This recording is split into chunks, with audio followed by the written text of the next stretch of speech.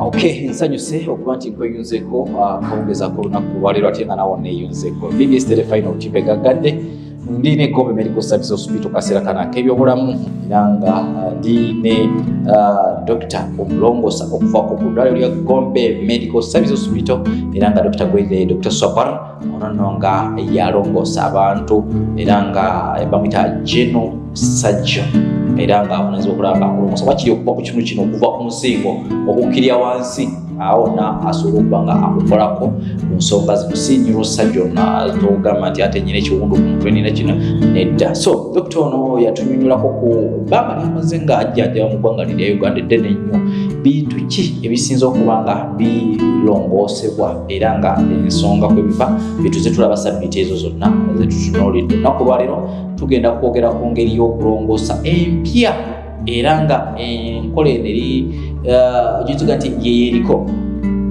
Osobola okusanga mukwano gwo n'akugamba nti wiiki 2 nabadde ku kasozi kolaba bannongooseza n'owakana n'osanga muno n'akugamba nti weva wano olweggulo ngenda kunongoosa n'osanga oli n'akugamba nti nevuga wakuba nti kale ffenna ekifaananyi kye tujjukira ye mwannyinaffe eyali omubaka wa Kalangala Mukama Katonda gwe yajjulula. So mu mbeera bw'etyo abantu bagenda naddala ku ludda luno olw'omulubuto ng'alinamu ekintu kyonna ekimusumbuwa kizimba n'ebiringa ebyo nga teyajja kujja no tukulongoose omala ogenda abamu bagenda beevuga ku lwennyini bamulongoosa olwo no mu wiiki ng'emu aba yazeeyo dda ng'akola mirimu gye. Abantu bwe batyo bagenda ku kika kyakulongoosebwa okufaanana kutya bwe njagala tulabe. So nga tukimanyi nti omuntu oba omusaze busazi ayitaaga ebbanga okulika balinga olukindo okukala n'ebiringa ebyo. Lero tugenda kutulya ku nkola gye bayita eya laparoscopy era tutunulire omusawo gwe bayita laparoscopic surgeon era nga tutunulira sajja gye bayita ya laparoscopic surgery. Tutunulira okulongoosa kuno okwangu ennyo kwakubangu kubi butuli mu lubuto lwo ne bajjamu oba ne balongoosa ekyo kiba kikulu bakosa ka kamera. Dr. Sabul, you're welcome once again. Nice meeting you again. I can tell you it is you did wonders for our last shows. People have been yearning to see you again. I want you to introduce yourself and maybe greet them again. Thank you for asking about laparoscopy. Laparoscopy is an advance in surgery. As we said that only lab means abdominal surgery. All of the abdominal surgery nowadays is done by this laparoscopy. Because before they say that a big surgeon make a big incision, but this is now is obsolete because this big incision caused many problems. Big incision cause infection. Big incision can cause hernia, incisional hernia. Big incision can cause severe pain.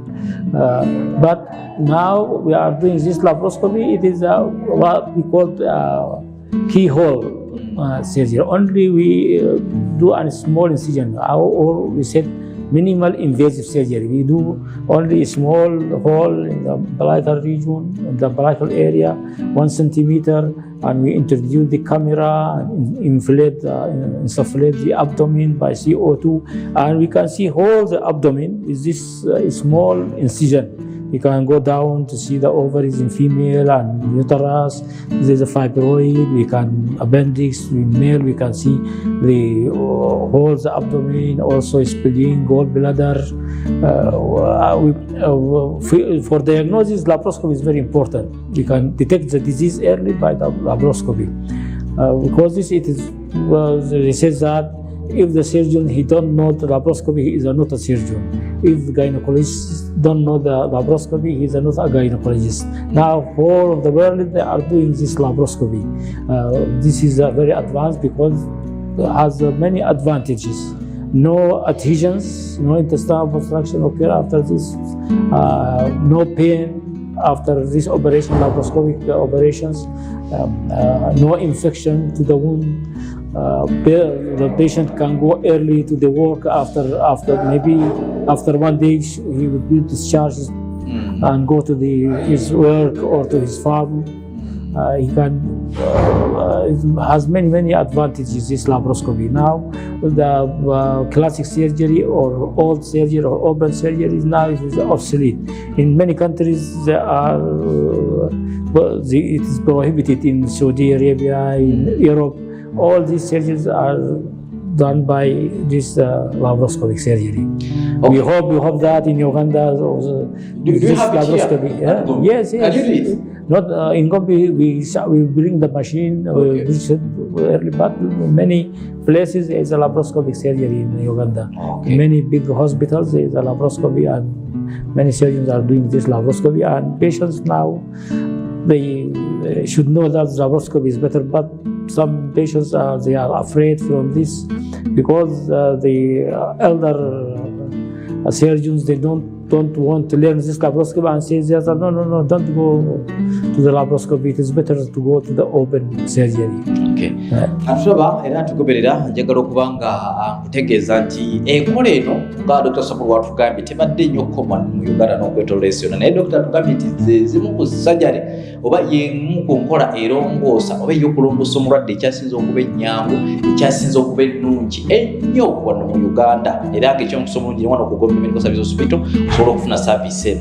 Naye okunnyonnyolako ku sajjala eno eya laparoscopy weesinga okuba nga ekolera, tusooka kubanga omuntu bakukebera bakuba obutuli butonotono kamu 2-3 mubiri gwo, ne process eyo nebeera ng'etandika.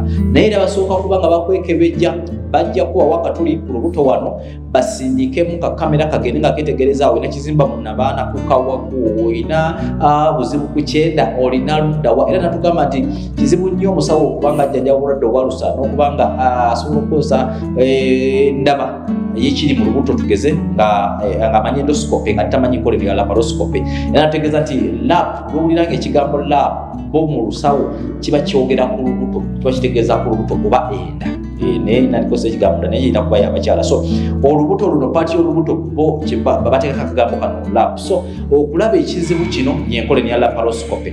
Kakati tugamba nti ebiseera ebyasinga oba ebiseera ebiyisa abantu balinga bettanira nnyo okubanga balongoosa bakibeta open surgery, bajja kukusala wano balabe batunule batwala akaseera kawanvu, naye nga nti kino kitwala akadde kawanvu olwawo okuwona kyangu nnyo okuba nti ofuna infection naddala ku kiwundu nga kino, era olukindo luno terusobola kubanga lukwata mangu, n'ebintu bingi ebisinga okubanga bijja ku mbeera bweti. Naye ate osobola okuba nga ogenda n'okolebwako sajjali oba nolongoosebwa nga bakozesa eno laparoscopy, ne bakubamu obutuli 2-3, ne bateekamu kakamera n'akantu akasala, tebagenda buterebwa wali obuzibu oba aniya, ne bakasalamu ne bakajjamu, osobola n'okuddayo ng'otambula. So naga nti n'amalwaliro agasinga okwetooloola ensi yonna kakati gettanidde nnyo enkola eno, era ng'abasinga tebakyatunula nnyo nagamba nti bagende ku muntu newankubadde ate nga waliwo baba balowooza nti omuntu yandibadde asalibwa nga abikudda bubiri gwonna, naye aga nti enkola eno eya laparoscopy ekyasinza okuba ennyangu ennungi, ate nga ne mu ggwanga lya Uganda amalwaliro mangi agayina agagenze ku nkola eno, era ne cases nyingi ziba zitunulirwa okulaba ng'omuntu asobola okukolebwako sajjala eno ya laparoscopy. Doctor, what are those cases, the diseases that needs to be operated, that require this kind of surgery, laparoscopy? As I said, that many operations we can do it by laparoscopy, but the common operations, the cholecystectomy, laparoscopic cholecystectomy, to remove the gallbladder with its stone. This is very easy and common. This is a bread and butter operations for the surgeon. Many surgeons are now doing this laparoscopy, cholecystectomy. It is very easy, and you can, as we said, after one day you can go to the home and no pain, no adhesions, no problem, no infection. Also, we can do appendectomy by this laparoscopic appendectomy. Also, there are sometimes hernias, abdominal masses, colonic mass. You can remove it also by a common bile duct exploration. We can do it by laparoscopy. There are many operations, but needs some practice under supervision. There is a learning curve.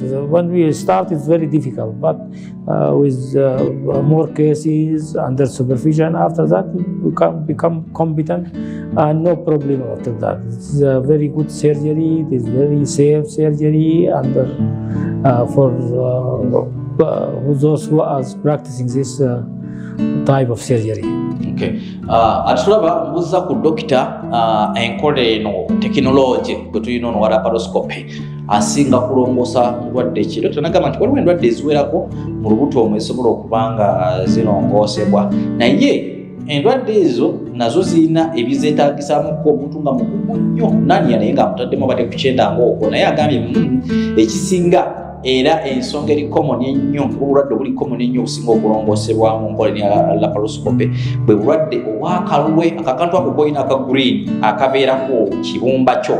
Kakati gwe eyalyangako ku nkoko abasala enkoko nga mukyali bato mujjukira akakantu ke batugambanga okugjamu ako kagenda kuleeta emmere okukaawa oba enva okukaawa keeko. Kati akalulu ako atugamba nti singa kaba kafunye obulwa obukyamu oba kalwadde oba kalina obuyijayija oba obuntuntu nga keetaaga okuggyibwamu oba okujjanjabwa, eno yenkola esinga okuba nga emanyikiddwa ekakolako. Era nakugamba nti kano akantu mu lunaku lumu bwe ruti singa baba bakasaze mbakkubamu mutuli ne batuna wekali ne bakasalamu ne bakajjamu, lunaku lumu bawazeedde waka toyina kamunguluze tofunye infection nga bayise mu nkola eno ya laparoscopy. Kino kyaffe ekisose bwe kityo kikomye tugenda kuba nga tukomawo twongere okuba nga tubaku tutunulira ku laparoscopy oba oliawo dokita namubuuza ne ku bizimba bino fibroid bisobola okuggyibwamu ne laparoscopy eno era process ebeera etya. Katujje katono kulika ennyo mubaka obwo atulaba era atugoberera tukitu kyaffe kino ekisembayo. Tulina omusawo Dr. Sabor okuvaako mu Gombe Medical Service Hospital tutunuulidde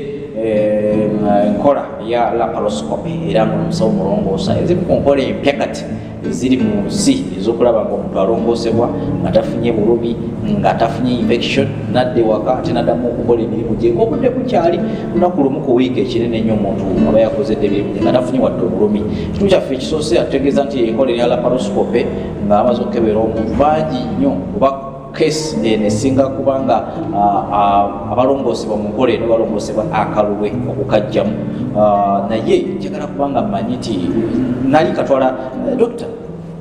Yes. Is a gallbladder an organ? Yes, gallbladder, it is contain piles coming from the liver. These piles to destroy fats, metabolism of the fats, destruction of the fats needs this bile secretion. It is stored in this gallbladder.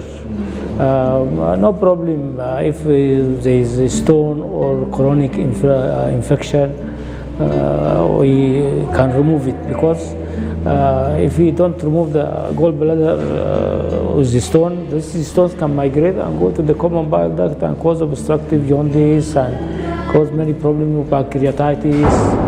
It will make sometimes it can cause, as we said, cancer. It is better to remove. No problem. If you remove the gallbladder, you can live normally without the bile directly go to the duodenum through the common bile duct. Atugobera dokita anzizemu ebibuuzo bibiri mu kibuuzo ekimu kye mubuuzizza. Era tumanyi nti munda yaffe mu lubuto luno tuyinamu organs oba ebitundu ebyenkizo mu lubuto lwaffe. Kati ebitundu ebyo ebyenkizo omutima, byenda, kibumba, kawago ebyo byonna tubitwalira mu kye bayita organs era nga tebirina sprayer ebiseera ebisinga. Lwakibadde mbuuza ku kalulwe kano nti nako organi nga njagala kumanya ko bwe baba bakajjemu kubanga laparoscopy eno gye twayogedde esinga kwogera ku kukajjamu sina abanyonyo kukakanika kiri awo. Kati dokita bwe mubuuziza nti organ nagamba ki ekituufu eri organ era omugaso gwayo okusinga obukulu gubeera gwakulaba nga erina omukyuzi gweterekako gwenunamuko ku birungo ebyo ebinyambamuko okutonyeza n'okugabagabako ku ddagala kuyambako ku kibumba. Era kyokulaba kabeerawo nga ku kibumba kalina obuyambi bwe kawako ku kibumba mu bujjanjabi bw'omunda. Kyokulaba kaba kakawo bagamba nti kalimu eddagala erikozesebwa.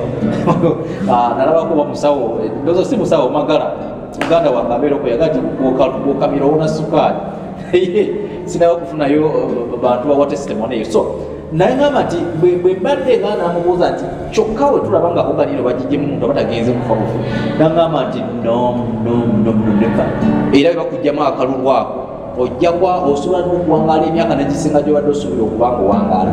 So singa bakalekamu nga akalulu kalwadde so togendanga omusawo tojjanga wano ku Gombe Medical Service bitonaga nti akalulu kweko kalwala keetaaga kujjamu n'okuba enduulu n'olama no dokita akugambye nti nebanga nnyongezereza era osobola okubaawo ebbanga n'ebbanga singa bakugyemu akalulu ako kubanga ko kalina bikayambako okutereka nga kabijja mu kibumba bikayambako naye ate singa kabako kalwadde otakajjamu ate kayinza okulwaza ebifo ebirala tugeza akawawo kayinza okulwala ebikyafu ebimu biyinza okutambula nebigenda byokyawalala n'okukuviirako okufuna obulwadde ng'obwakookolo cancer. Before they are using this medical treatment to dissolve these stones, gallstones, but all these practices are not because if you remove if the stones migrate to the common bile duct, it can cause many problems, as we said, pancreatitis, as we said, but all these medicines failed. Was this the only answer for this question is surgery. The only way is to remove, or you should remove this gallbladder, because now it is will cause some infection in Bahima, more problems if it stays like this. If it's causing pain, severe pain, until you do surgery, you can avoid taking fatty food, or also eggs.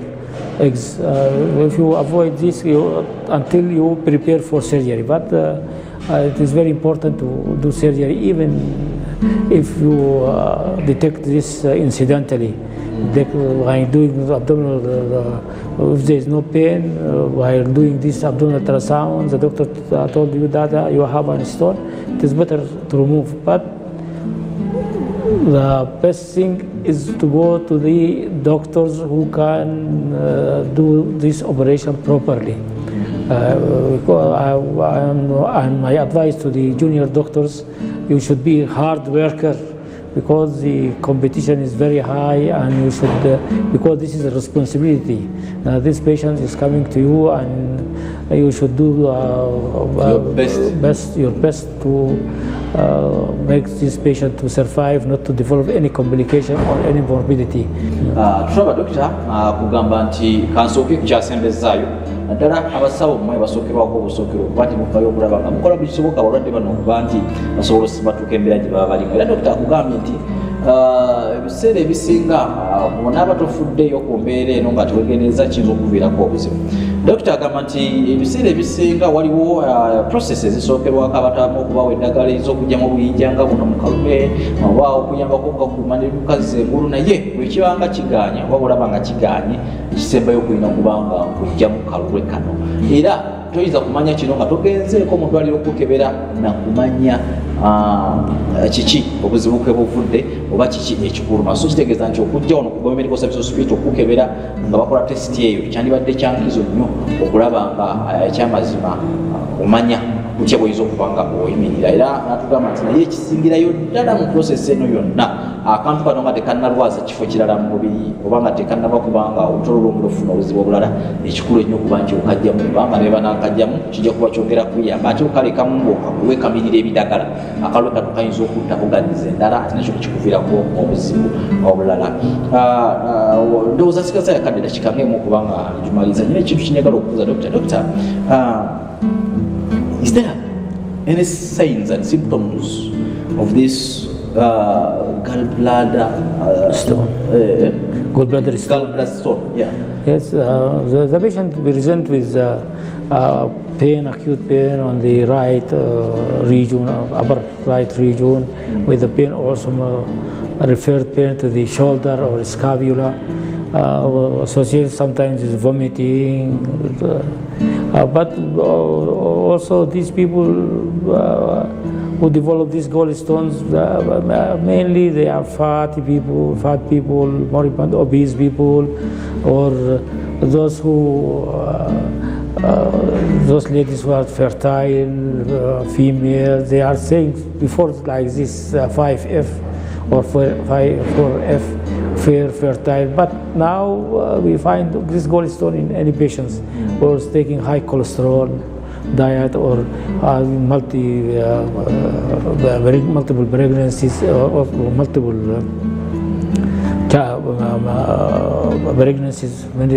pregnancies, they develop this this gallstone. No rule now. No rule for this gallstone. Anyone can develop this gallstone.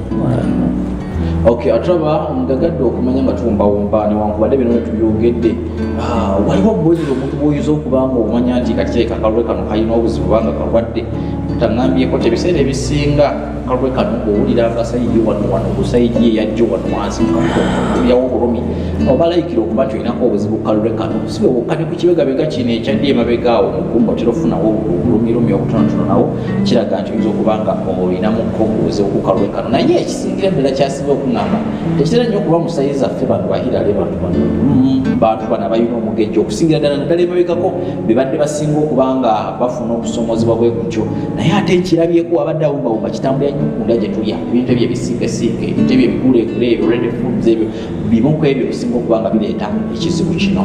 Doctor, I want you to maybe say out and give us something lastly people should consider to avoid this situation.